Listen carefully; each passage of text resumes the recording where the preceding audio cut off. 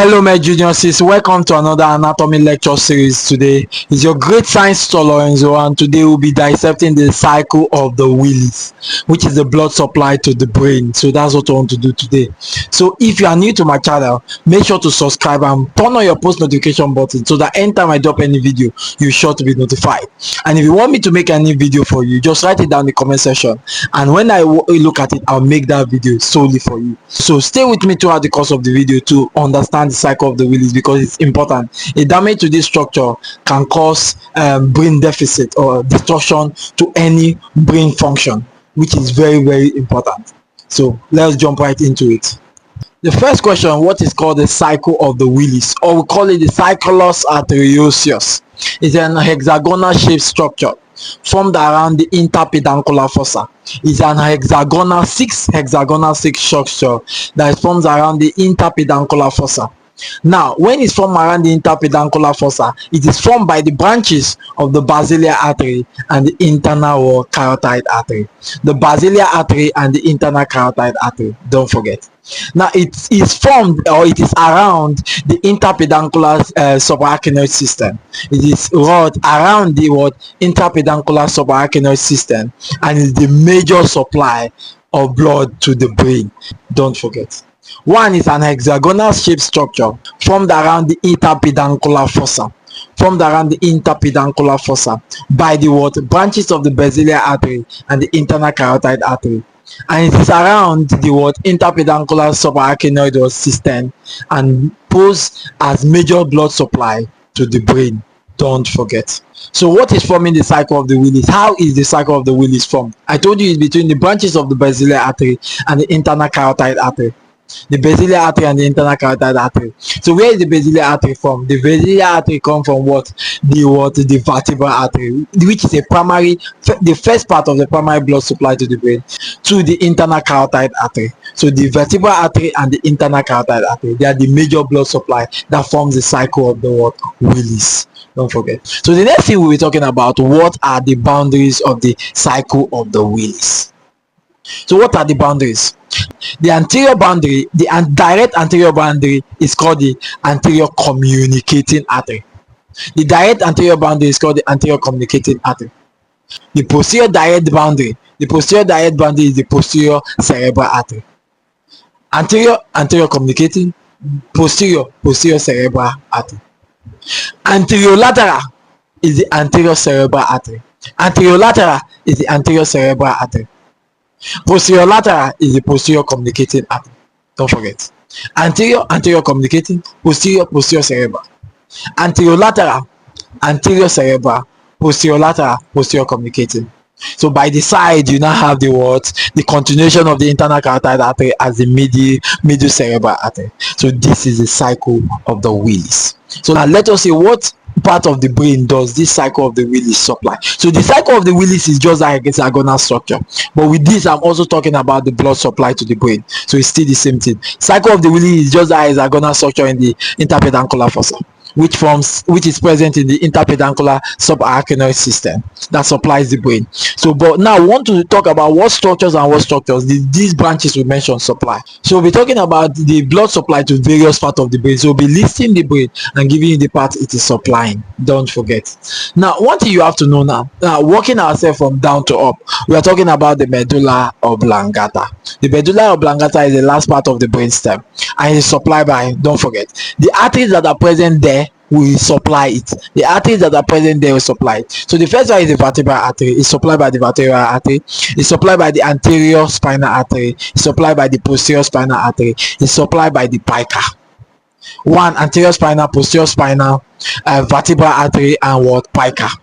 Also, it's also supplied by the basilar artery too. The next thing we will talk about here is the pons. So who supplies the pons? One thing you have to know, the pons is supplied by the basilar artery, which gives a pontine branch, the ulna down, and the superior cerebellar artery up. Don't forget. The next one is the midbrain. What is supplying the midbrain? The midbrain is supplied by the basilar artery, the superior cerebral artery, the superior cerebellar artery. That is what supplies the midbrain. Now what supplies the cerebellum? What supplies the cerebellum? Cerebellum is supplied by, we have a pica, we have an ica, and we also have the superior cerebellar artery. Ica is anterior inferior cerebellar artery, pica is posterior superior cerebellar artery. All these things supply the cerebellum. The next one we're talking about the cortexes now. The cortex are supplied by what? Sulci and gyra artery. We call it the sulci artery. The sulci artery are usually, if it's in the lateral side, the lateral sulci arteries are usually from the middle cerebellar artery. Don't forget. On the lateral side, the Brodmann areas of the brain in the lateral side, the area 4, area 6, all those sulci arteries are supplied by the middle cerebellar artery. Why in the inferior surface? Okay, sorry, why in the medial surface, the middle part of the brain where the two brain meet together, is supplied by the anterior or cerebral artery. Why the posterior part of the brain, usually the areas 17 and other area 39, area 40 at the back of the brain, is supplied by what? Supplied by the posterior cerebral artery. So the lateral side by the middle cerebral, the anterior axis, which is more medially, by the anterior cerebral artery, while the posterior by the posterior cerebral artery. Don't forget. The thalamus is supplied by the branches, we call it the thalamostrial branches, from the what? From the posterior communicating and the anterior communicating artery. So all these sides supply the hypothalamus. So the hypothalamus also is supplied by branches from the what? Pituitary gland. We call it the hypothalamic artery. They are branches of the hypophyseal artery. Don't forget, all these things are what is supplied. So these are branches of what we have mentioned that is supplying different parts of the brain. Why the basal ganglia too is supplied by the lenticulostrial artery. I told you about the lenticulostrial artery, which is a branch of the middle cerebral artery, which comes out from the internal carotid artery. Don't forget. So a clinical correlation here is the occlusion of the middle cerebral artery. Now, what can cause occlusion of the middle cerebral? Also, aneurysm of the brain are also the berry aneurysm. They also occur in the middle cerebral artery. And once they are affected, what happens? It will affect us very, very well, because here what will happen? There will be contralateral hemiplasia, contralateral hemianopia. So contralateral homologous hemianopia will be also affect us.